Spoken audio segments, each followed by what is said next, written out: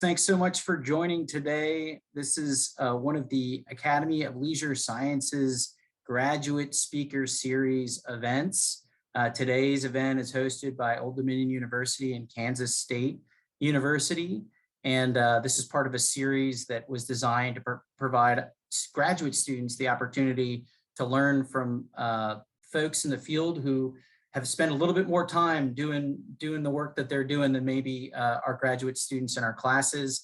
And we all thought as faculty it'd be so great to be able to combine our resources and our networks to share learning across them. So that's where this series started. My name is Chris Zahowski. I'm here at Old Dominion University, and I have the pleasure and privilege today to share the screen with Dr. Jessica Pfeffer from Kansas State University, who you'll meet here in just a minute. Before we get started, we wanted to thank the group from TALS, from the Academy of Leisure Sciences, for convening this speaker series. Last fall, there were speakers hosted by University of Utah, from Clemson University, from University of Waterloo, and in April, there'll be our final speaker in the series hosted by University of Illinois. We also want to thank the Society for Outdoor Recreation Professionals and the International Association for Society and Resource Management for cross-posting this opportunity. And then finally, we had Mike Ruffin from ODU step off, but he set us up with all the technology for today's events. We really want to thank Mike Ruffin for setting us up. We'd be lost without him. So hopefully we'll be able to navigate through this next hour. Tonight we have two directors from the Commonwealth of Virginia and from the state of Kansas who are here to share experiences from their respective careers and their perspectives on the future of state parks. We're recording this event, so if for any reason you don't want your name recorded in the chat, I guess don't chat us up, but maybe just stay silent throughout. And Dr. Pfeffer will tell you about how to use the chat and how to speak in to be able to answer questions in a second here. But I guess with that, I want to hand it over to Jess and want to thank you all again for being here, and excited to see where our conversation goes today. All right, great. Thank you so much, Chris, for that introduction. And hello, everyone. Welcome to our discussion today. Great to be here with you all. And thanks for taking the time out of your busy Monday afternoon to be here with us. So as Chris mentioned, I am Dr. Jess Pfeffer. I'm an assistant professor here at Kansas State University in the Park Management and Conservation program. And I'm co-director of the Applied Park Science Lab graduate program here at Kansas State. I have the pleasure of facilitating this discussion today, but before we begin, I have just one order of housekeeping to attend to, and that is your audience participation, as Chris mentioned. So while we have prepared questions for our panelists that I will be running through, we encourage audience questions as well. So as those questions come up for you all, please just place those into the chat box. That will be the easiest way, and we will stop twice throughout the next hour to make sure that those questions get answered for you. So anytime a question comes up, just feel free to pop that in the chat, and we will be sure to get to it. So now that we have sort of the rules of the game outlined, allow me to just briefly introduce our panelists before we dive in. So I'll start with Linda Lanterman, who was appointed the Director of Kansas State Parks in 2010 for the Kansas Department of Wildlife and Parks. And this was after serving 4 years as Assistant Director of Kansas State Parks. Linda earned her education in Kansas from Pratt University and remains dedicated to her longstanding commitment to diversity and inclusion in all nations parks, including her home state of Kansas. And Linda has been recognized for her contributions to public land protection at the state and the national levels, and is a valuable advocate for public land protection in Kansas and nationally. Dr. Melissa Baker was appointed Director of Virginia State Parks in 2020 to become the first female director in the system's 85 years of existence. Before her time with Virginia State Parks, Melissa earned her doctorate focused on natural resources, social sciences from the University of Montana. We might have some Montana folks on this call. After several years in academia, Melissa began her work with state park and natural resource agencies in Wisconsin, Montana, South Dakota, and now Virginia. Correct me if I missed any states there, Melissa. And Melissa has contributed, academically or professionally to the discipline ever since. And so we just have a wealth of experience across the board here, and are just really excited to learn from both Linda and Melissa. So thanks again to you both for being here. So with those brief introductions, I know that I just missed so much. No way could I introduce everything you all have done in your careers in that brief time. So we're just going to dive right in, and I will start with the first question, which is just simply to tell us a bit about yourselves and your career path. How did you start in the state park system, and how did it sort of lead you to become director? So I guess for this first one, I will just go ahead and Linda, you can kick us off. Okay. That's all right. Okay. So before I start into that, I need to add 10 more years onto that because I was deputy director for 14 years. So I'm right at 29 years with this agency. So anyway, welcome everyone. I'm honored to be able to participate in this with you today. And it always is inspiring to me to know I'm working with students that are making their education a higher priority than I did, actually. So it's exciting to do that. I started in wildlife and parks, gosh, back in 1987. I came on as a part-time person in human resources. And my goal was to go to Wichita State University. I was going to Pratt Community College at the time. I was going to get my degree in human resources and come back and take the human resource position. But I got up there and I decided, I'll just get a degree in accounting. I don't know where that came out of, but I did it. And at Wichita State University, I graduated in December of 91. And I worked for a couple of years in a bank, Emprise Bank. And then the agency called me back to come and be a deputy chief of their licensing and permit section. I didn't want to do it because it's in my hometown, and who wants to go back to your hometown? But I did. I interviewed, I got the job, and I wasn't there very long, and the deputy position for state parks opened up, and it did not require a natural resource degree or a park and rec degree. I actually threw it in the trash, and I looked at it again. I'm like, oh my gosh, that doesn't require a 4-year degree in natural resources. So I applied, I did my research. I was always an outdoor person, always pretty active. And I got the job, and first female in our agency at a pretty high level, and in state parks. And so that launched me into the deputy position. I worked under Dr. Jerry Hover for 14 years when he retired in 2010. We opened his position. I did not apply for it. I thought I would be comfortable right where I'm at as deputy director. And we had a new administration come in, which was a surprise.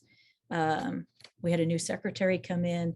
The secretary came in 2011 under Governor Brownback, and the secretary asked me to be the director. I told him no again, and he kept on me until he asked me to take it. We were in some challenging times that we'll get to the next questions, but I went ahead and took the position, knowing that we needed something in Kansas State Parks.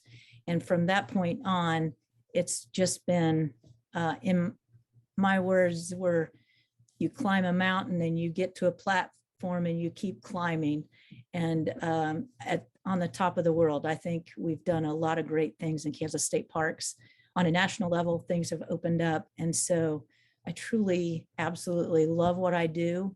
I'd like to say it's all about, I don't know, how do you get in those positions? I'm just going to tell you there's some doors open that maybe I couldn't have done on my own. And so, you get some breaks and some luck and a little prayer on all that. And that's where I'm at today. Thank you, Linda. Melissa. Okay, well, good afternoon, everyone. So my story, I always think of Linda and I as two peas in a pod because we're usually up to some kind of mischief together. But our stories really couldn't be very different or very much more different than they are. So I was going to school to be a math teacher. So that's one place that Linda and I have something in common. We were going to school to be something else. And during my undergrad program, I got a job at a state park. So I was a seasonal campground attendant at a state park, which means I checked in campers and I performed some light maintenance and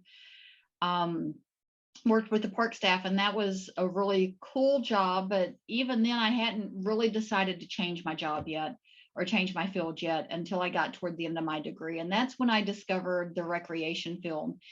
And I'm sure Jessica and Chris both have seen this, that recreation often is a discovery field. And for me and Linda, it certainly was. People don't really realize you can have a career in this often. And so they come to it later in different paths. So after I graduated with my undergrad, I went to grad school in a master's program for recreation. And that's where I really got my feet in the door. My first love was interpretation, environmental interpretation. That what led me to the state and national parks side of things. And then I thought, well, maybe I'll be a teacher, but it'll be recreation and natural resources management. So I went to get my PhD from University of Montana. Go Grizz. I know there are some of us on the line.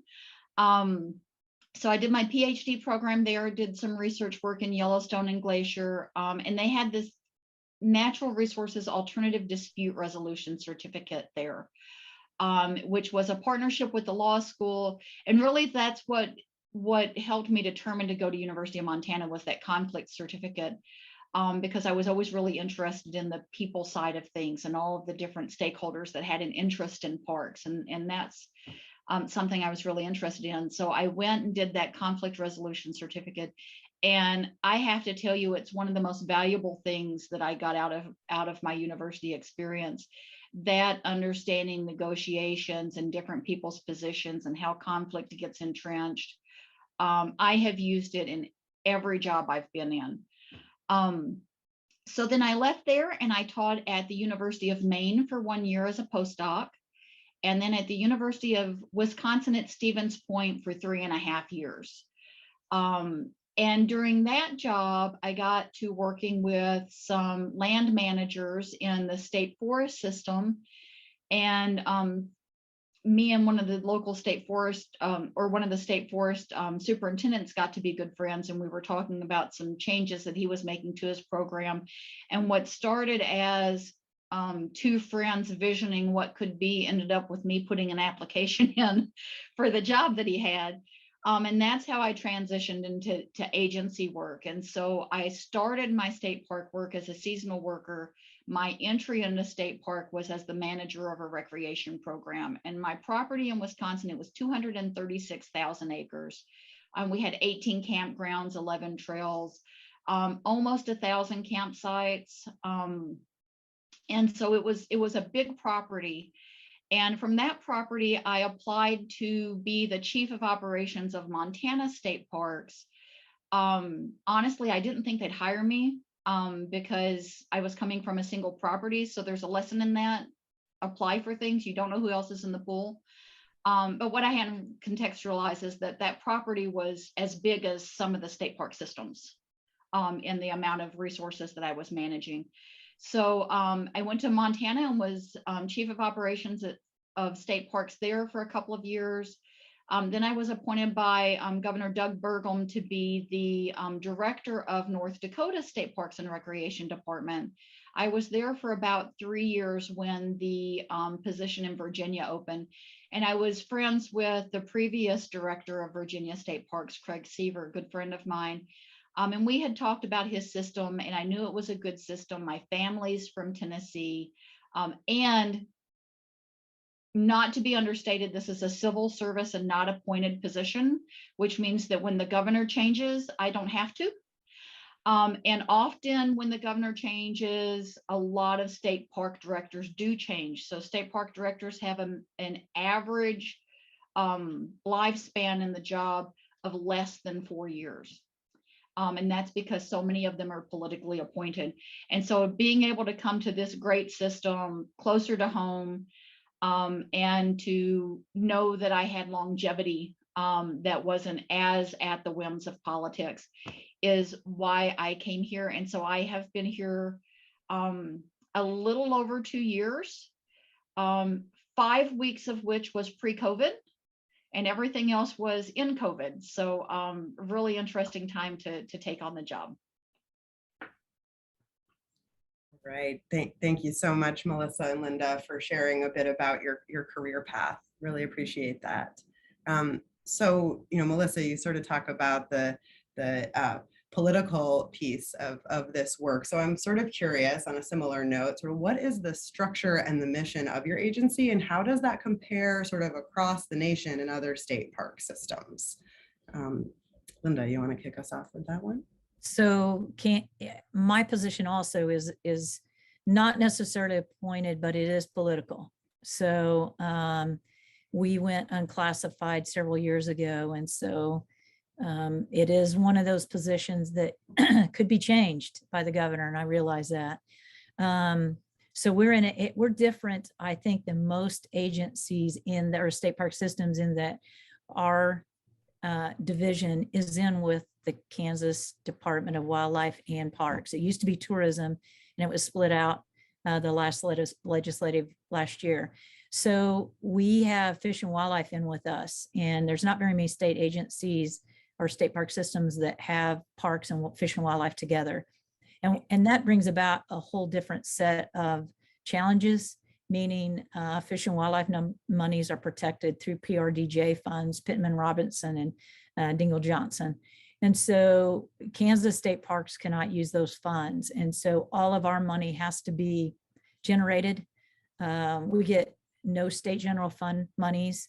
We do get a little bit of economic development monies, but that's been reduced down.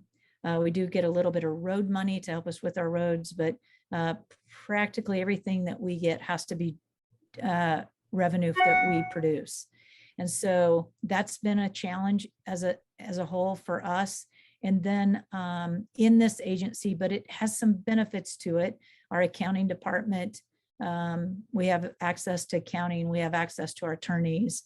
My boss is actually the secretary of the agency. So you have the governor, our secretary, which is appointed by the governor, and then me. And the other divisions, which is Fish and Wildlife, you have public lands, you have the game wardens. They all have directors also, but they have an assistant secretary before it goes to the secretary. So Kansas State Parks has right access to our secretary. And so that's been a little bit different than our other divisions also. And so that's where I think the biggest difference is with us as opposed to other state park systems. We oversee all the Land and Water Conservation Fund grant in our division. We do all the rec trails grants in our division. We have Bureau money because about 6 of our state parks are in Bureau of Reclamation land that we lease. And then Corps of Engineers, we have 13 Corps of Engineer properties, and then we have about 8 properties of our own. So there's a little bit more dynamics for us in Kansas State Parks that maybe some of the others don't have. And then marketing, we used to have tourism with us. They moved tourism back into commerce. We can still use that a little bit, but we also have marketing in the Fish and Wildlife side that we have to pay for if we use the marketing. So it's a little bit different for us. It's political. I feel the pressures of politics all the time. It's just part of it, I think. So. Great. Thank you, Linda. How about you, Melissa? So I'll take a little bit of a journey because I'll talk about the 3 systems I've had leadership roles in. In Montana, it was a Fish, Wildlife, and Parks agency as well. And so we also had the challenges that Linda talked about, is that when you're in an FWP agency, the agency looks wealthy. because there's all these license dollars and PRDJ dollars. And so when you get to the legislative session, it looks like, well, why does that agency need money? They've got all this money. And it's hard to push the conversation, but yes, none of that money is for parks. It can't be for parks. And so in Montana, that was one of the main challenges, is that we were really starving as a state park system. And the legislators knew it individually, but whenever it came to talking about all the things in the budget, the agency looked wealthy. And so it's really hard to communicate that in that system. In North Dakota, Parks and Recreation Department was its own agency. And in fact, my position was a cabinet position in North Dakota. And so my boss was the governor. I sat in cabinet meetings, and we were about 50-50 general fund and revenue funded, revenue that we generated. And all of the authority to make our rules, which had the force of law, sat in my office as the director. I had land and water, rec trails programs there as well. In Virginia, I have a much larger system. I have 41 state parks. It's a smaller system than Montana, but a more developed system. It's a bigger system than North Dakota. So 41 state parks. We are about 60% revenue, about 40% general fund, which is really a comparatively, and want to be careful how I say this, comparatively, it is a better funding structure than, say, Montana had, because they had such a small pie and it was sliced up a bunch of different ways, and they didn't have a lot of revenue generating opportunities. And so we comparatively have a good balanced funding structure. We do have a $276 million deferred maintenance backlog. We did a study this past year to identify what the gap is, the funding gap, for full and thorough operations of state parks that would take care of the $1.2 billion of infrastructure that we have. And we've got about $111 million funding gap to fully manage the park system as it exists now. As Linda said, the politics comes in. So my current agency is part of a larger department. We're nested within the Department of Conservation and Recreation. The difference in DCR versus FWP, to me, from a leadership perspective, is that in DCR, we don't have the complexity of fundings that Linda has, as far as there's funding that we can't touch, but we look wealthy. The other difference is that in DCR, we are by far the largest program within the agency. So we have 300 FTE staff. We employ another 11 or 1,200 wage employees. The total FTE in our agency is 500. So we're about 60% of the staffing of the agency. And that gives it a different dynamic than when I was in Montana, because we were such a small percentage of the staffing of the agency. And here we're a really large percentage of the agency. And so I find that in this agency, we have more of a voice than we had in Montana. And that's not necessarily because of anyone's values or because of anyone's management style, but the constituencies that put pressure on a fish, wildlife, and park agencies, they're well-developed, well-organized, well-funded constituencies. The hook and bullet advocacy is strong, and the park advocacy isn't so strong. And so when you have those external voices coming, it's hard to get the park's voice in. But in DCR, because we are conservation oriented and because we're such a large part of the agency, there's more room for conversation, I think, about parks here than there was in my other combined agency in Montana. All right, thank you so much, Melissa and Linda, for that response. So now I'm actually going to kind of segue into some of the audience questions. We have one that's quite relevant to what we're talking about now. So I think this is actually probably a good time to break and answer some of the audience questions. Chris, can I have you facilitate that piece? We're ready for that? Absolutely. Yeah, no, I'm ready for you. Catherine Wrigley, who I believe is coming to us from Vermont, has a question that does segue really nicely with what you all both shared with regards to funding. And she asks, how do you fund maintenance of recreation trails? We have trails on state parks and state forests, and the state forests don't have a fee associated with them. I was wondering if you use a portion of state park funds to go to all state lands trail maintenance. So with Kansas, we don't charge a trail fee either, but we do have a park entrance fee. And we fund our own trails. So we have over 500 miles of trails within our system. We have 2 long trails, the Prairie Spirit Trails 52 miles, the Flint Hills Trails 117 miles, and we fund it. We fund it out of our park fee fund. And I think that's probably, we talk about challenges, that can be a challenge on how we fund those. And actually, we do a lot of grants for the Flint Hills Trail to get it. It's not completed yet. And so we're applying for the RAISE grant, where we apply for transportation alternative grants through KDOT.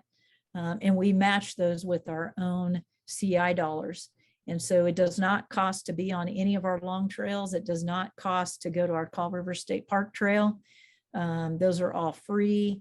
But to get into our state park systems and use like the trail behind me, which is at Wilson State Park, you have to have an entrance fee, which is $5 a daily fee, or $25 if you buy it at the park office for an annual.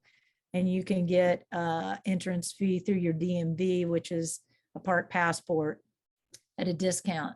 So that's what I budget for. And we talk about, when we're talking about budgeting, some of these, there's many state park systems like ours where they don't have enough funding. You talk about Melissa's backlog. Kansas, I put in 96 million for funding for the ARPA funds, so we could get some of that money through COVID just for infrastructure.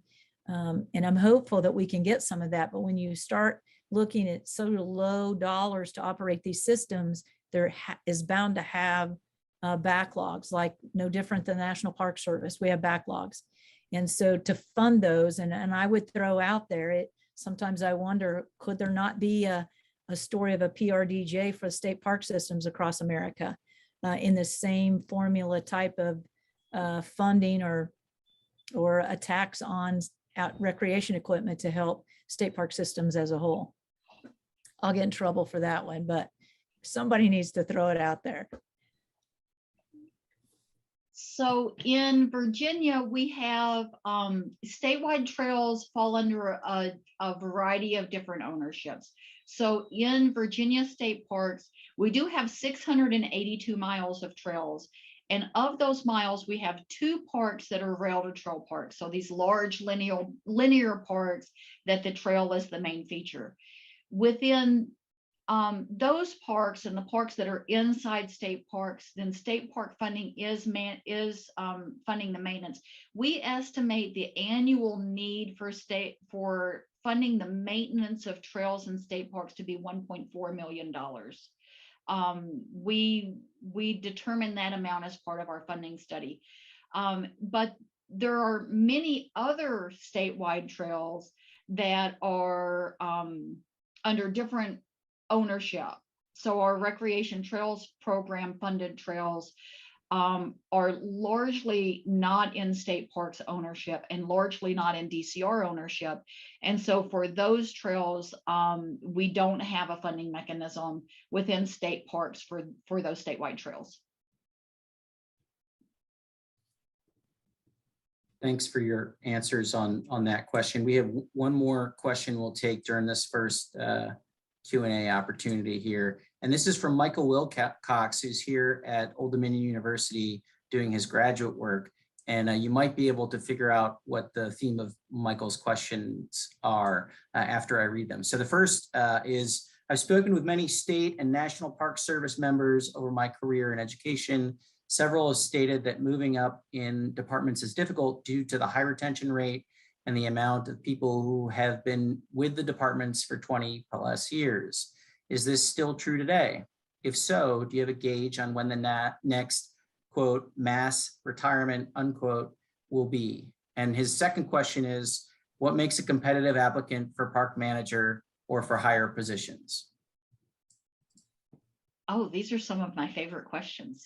Go for it. So related to the longevity of state park employees do have long tenure. Now, I don't have the stats in Virginia for that, although I can tell you we have folks that retire with 40 years. And I have folks that I know of that are well into the 30s of their years.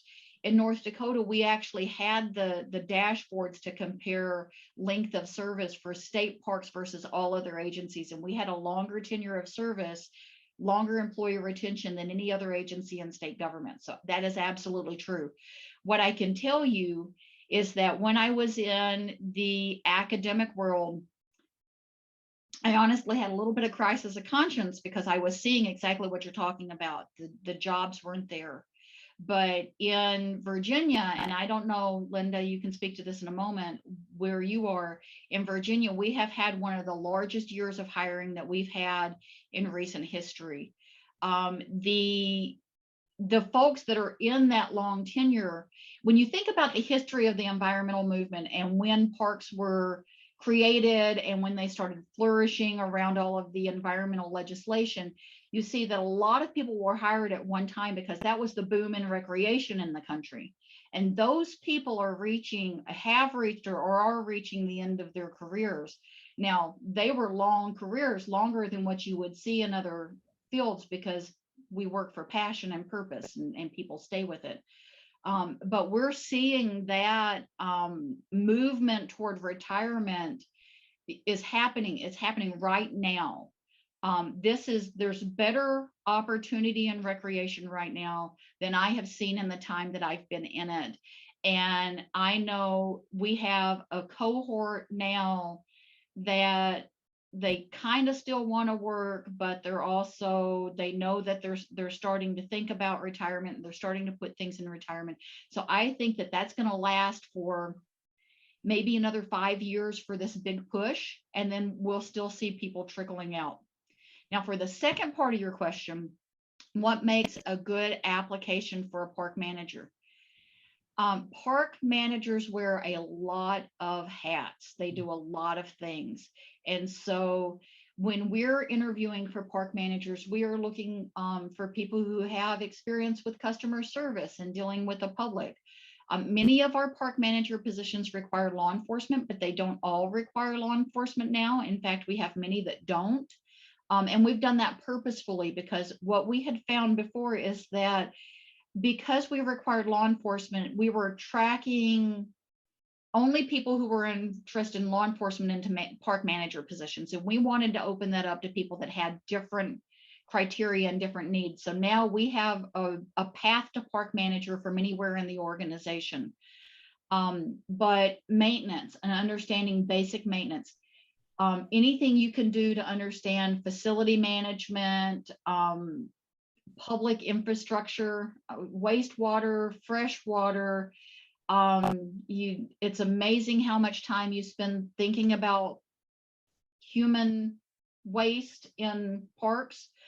And then that business management. Linda got to a director position because she had the financial management background. And I can tell you, understanding financial management and how to manage your budget and how to build a budget, it's something a lot of people don't come into. And so if you can close those gaps, and if you're working on projects that you have a project budget, be thinking about that, managing your project budget as part of your training for your career, because it will give you something to talk about in your interview responses that you think you can't.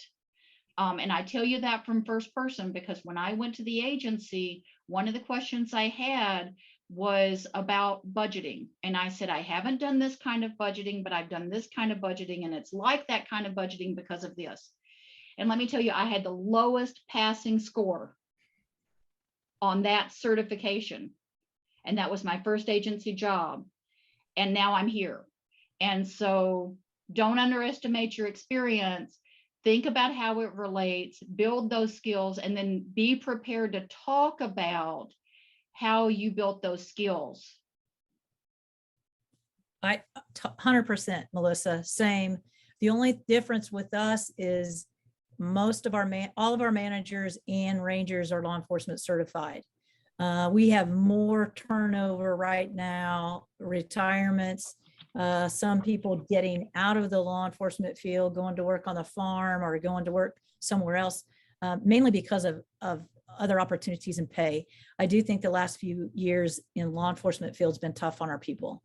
And so we are trying to get through legislature, police and fire retirement. If that goes through for our team, that's why I haven't changed anything, because if they can get that, it will benefit our team. And so every one of our managers, we have 2 levels of managers, and we have assistant manager, and then we have rangers, and they are all law enforcement certified, and they have to go to 14 weeks of law enforcement training, and then 40 hours every year to keep up their law enforcement. And I am part-time certified. So we are thin, only 120 employees. We need more, but all of our team has to chip in. And Melissa's right. I will ask on every interview question, if a sewer lift station pump goes down, what on a busy weekend, what are you going to do first? And you can't call a plumber.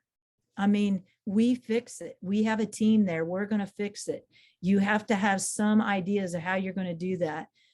We'll also ask questions on your people skills. How are you dealing with people? What kind of supervisor are you? You need to think about all your interactions in going to college and working in your part-time jobs, because that molds you on who you are. And so when you get into those interviews, be prepared. Don't come to an interview you're not prepared on, because they're going to ask questions on supervisory. They're going to ask questions on money and budgets. Maybe you've never done a budget like we're doing, but you have to be budgeting your money somehow. It floors me sometimes when you talk about budgets and maybe they don't balance. And I'm like, how are you doing this at home? You have to figure out money, because it's a big part of it, because I'm going to give that park a budget and they got to stay within that budget. There's stuff that comes up and we try to fix it. But those are the things I feel like that's important as you mold into and go into this field. And the final thing I'll say to that, even though we're working on it, it's not always about the money. We don't do this. I do feel like there's some opportunities to get a decent paying job, but right now in the park system, I don't believe we're there yet. We're not paid overall what I feel like we're worth. Right. Thank you so much, Linda and Melissa, for answering some of those questions from the audience. And I'm seeing a couple more coming in. We will address those at the end. I just want to get to a few other questions that we have. Don't worry, we're not ignoring you. So just another question here to move us forward.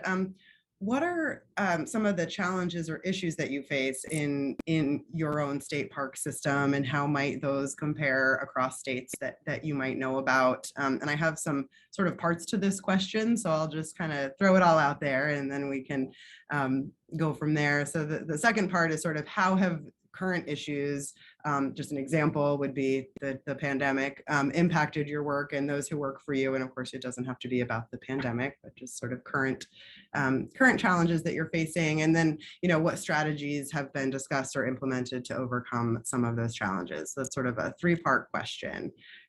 Linda, you want to take it away? Okay, I will. So for Kansas and for my position and for my team, money's always a challenge. When I started in 2010 as the director, we were making daily deposits. We had to borrow from the road fund to even make payroll for a 2-week time. It was probably the most challenging thing. That's why I didn't want to be the director. I didn't know how to do it.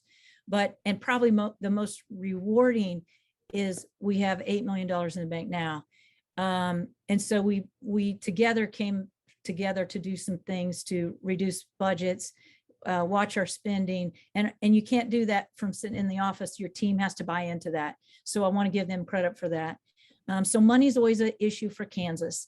The other thing that I feel like that's a challenge for us is people.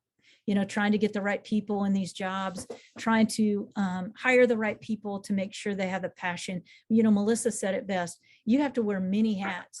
And I cannot stress enough, if we hire somebody, they got to be able to do a lot of things. And it doesn't matter what job title they have, we're a limited group. And so, but we have had the highest visitation ever the last 2 years. And what comes with that is high revenue, but then you've got to go back to legislature to get the spending authority to spend it and use that money. So those are the kind of things we juggle all the time. But I think the rewarding part is I don't think I can go to any of my team and they would say they would rather not have us not be busy as opposed to being busy. They want people there.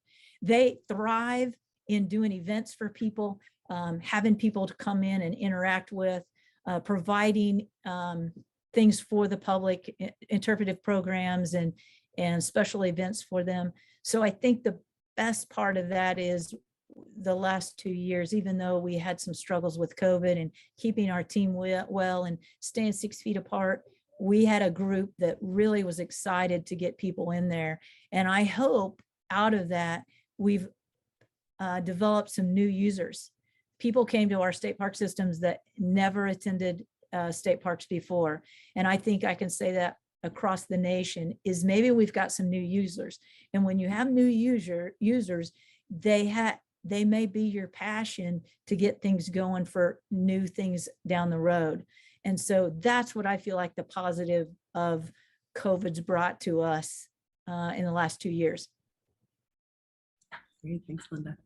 So I would say, like Linda, our biggest challenge is funding.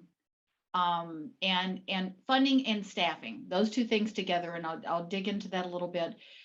So as I said earlier, we're about 60-40 split revenue and general fund. That used to be a little closer to 50-50. We had a tremendous couple of years in revenue with COVID because we were close to home, we were safe, and people were able to take advantage of their park systems. But we did do a study this year on sustainable funding for Virginia state parks, dedicated funding for Virginia state parks. And for it to be sustainable, we took the approach that if it's going to be sustainable, it means it has to be adequate. So what is the actual funding that we need to properly run the state park system that we have? And what we found is we're about 30% there. Now, the plus side is from that study, and that study originated because our association, Virginia Association for Parks, which advocates for state parks and all parks in the Commonwealth, really advocated for understanding this issue, and they have just been at the table all year in the legislature for us this year. And so funding is our biggest issue, and wrapped up in that is both staffing and deferred maintenance. So as I said earlier, we have $1.2 billion of built infrastructure. We estimate on that it would cost us around $50 million a year to just provide the maintenance and repair on the infrastructure. If it was just maintenance and repair on the infrastructure, it would be $50-something million a year. That's about the size of our whole budget. This year, that's about the size of our whole budget. Normal years were about 46 million. The other thing that has to do with funding and staffing, and for the benefit of the students that are here, you have to get legislative approval in every state I know of for any full-time benefited staff. So not only do we have to ask for the approval to have money, we have to ask for the approval to hire full-time staff. And honestly, staff has been harder to get than money in every system I've worked in, because it comes with this perpetual long-term obligation for pension and benefits. And that's part of what getting staffing, and there's other political dynamics that we don't have time for. So what that comes to is an over-reliance on wage staff. So in Virginia State Parks, we're about 80% wage staff. We have 300 FTE, about 1,100 to 1,200 wage staff. Many of those are 3/4 time. Why 3/4 time? Because if you go to anything more than that, you come into the Affordable Care Act and the benefits. And so we're limited in who we can give benefits to. So we have to stay at 3/4 time or less. A great number of those are seasonal, and that cycle is about 16 weeks. And so every year we hire about 1,000 people, we train, we onboard, we train, we offboard, we go back to running with not enough people. So in the peak season, our staff are managing people, and in the off season, they're managing visitors and finding the capacity to actually do the work that maintains that $1.2 billion worth of infrastructure is very difficult, because when all the people are in parks, you're managing the seasonal staff, and when all the seasonal staff leave, you still got people in parks.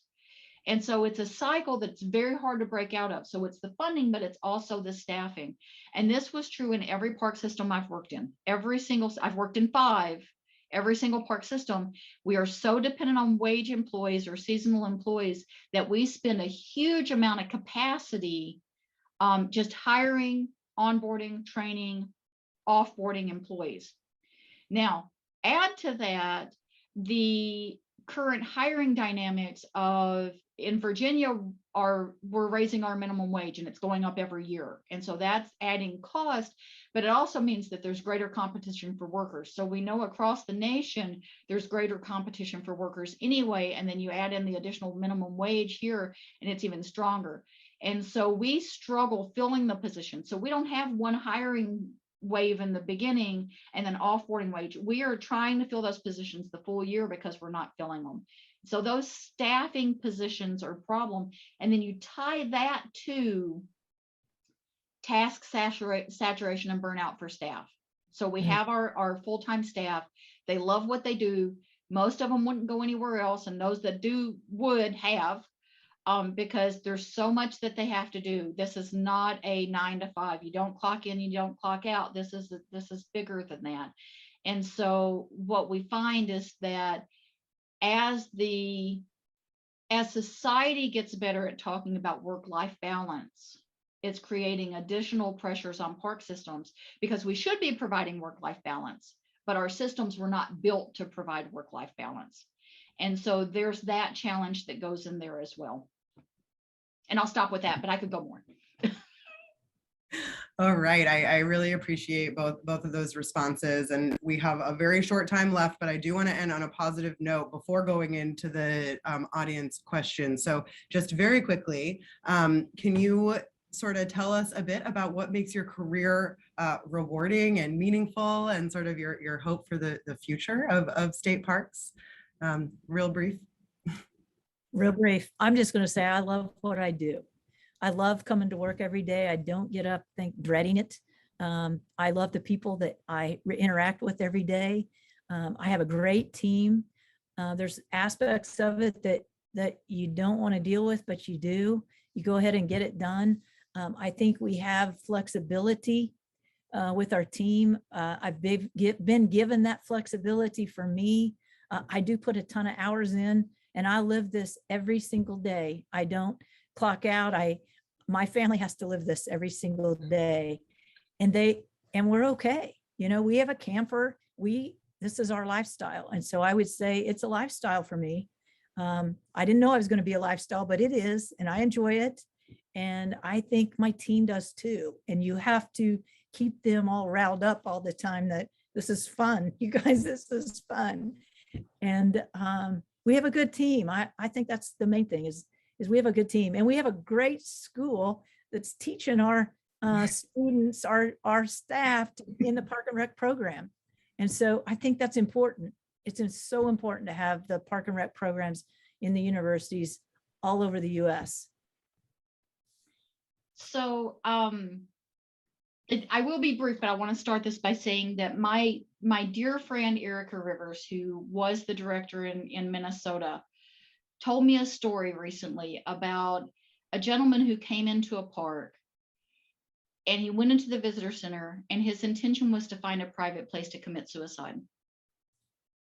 That doesn't sound like the positive end, but I'm getting there. He met with the park staff there They showed him maps. They told him the interests of the parks. They said, you should go here and you should go here. And if you have time, get here. And he left that office saying, I'm going to do all these things. And he came back to that park day after day. And the only reason they know this is because they changed his life. He decided not to commit suicide. They gave him something to live for. Parks are places where people heal. We manage resources that last forever. We help people in ways that we can never comprehend. We get to work in work that we're passionate about, and with people who are passionate about the same things that we do. It's a lot of work, but we get to dedicate our lives to something. I was a college dropout. I dropped out my freshman year. It took me 10 years to get back. In those 10 years, I worked in factories. That was noble work. It was good work. I paid my bills. I supported my family. It was a good thing to do. But I did not get this in that job. To be able to dedicate your life toward things that last forever and toward things that truly affect people, sometimes in ways they know and sometimes in ways they don't. Not everybody gets that. That's the goal. Right, great. Thank you so much, Linda and Melissa. I just wanted to make sure we were ending on a high note instead of challenges, right? But we do have some questions from the audience for the next 5 minutes. So I will hand it over to Chris to facilitate that. Yeah, thank you both for those responses. And there are just a couple other questions. I want to be sure to get to Brian's first, because he's headed in here for a little bit. Brian asks, Linda, what kind of participation are you seeing with your Kansas Park Passport program that you can get through the DMV? Colorado is going to a similar DMV registration annual Park Pass program next year, and all projections are showing it will be very successful if it's priced right. So our DMV, when we went to it, we wanted 10%. We're not there. We're barely at 4%. So, and our price is right. As a matter of fact, I might want to increase it a little bit. I don't know exactly why we didn't have more. You got to keep in mind, we have an entrance fee in our state parks anyway. The DMV is at a discount, but we didn't have as many take it as we originally thought we were going to. We took that off of Michigan state parks, and they're at 10% easy. We are not. Call me though if you want to talk about it. You're my neighbor. That's great. Fostering some neighborly suggestions here on this webinar. I appreciate that. One more question. We might get to both of them, but this is from Catherine again from Vermont, and I think it's broadly applicable to all folks on this this webinar here. So, have you had to implement any new strategies for visitor use management because of the increase in visitors, like permitting or anything like that? So I'm wondering if the two of y'all could speak to any changes to address rising visitation counts. Well, I'll start. We had, where we saw the biggest pressure was places we already had pressure. So essentially what we saw is that weekdays during the peak were acting like weekends, and weekends were like holidays. In those places where we already had those pressures, we had some strategies in place. We just had to employ them more often than what we had done before. So it looked a lot like it did, but the challenge is that we had to bring in help from outside, like to work the gates and things. We have looked at, we've recently changed our reservation program, and the one we went through has some capabilities to do some timed passes. And so we're not ready for that yet, but we have our eye on it. For Kansas, we put every campsite in the reservation system. You can get them online. And so we were able to kind of gauge visitor use with that.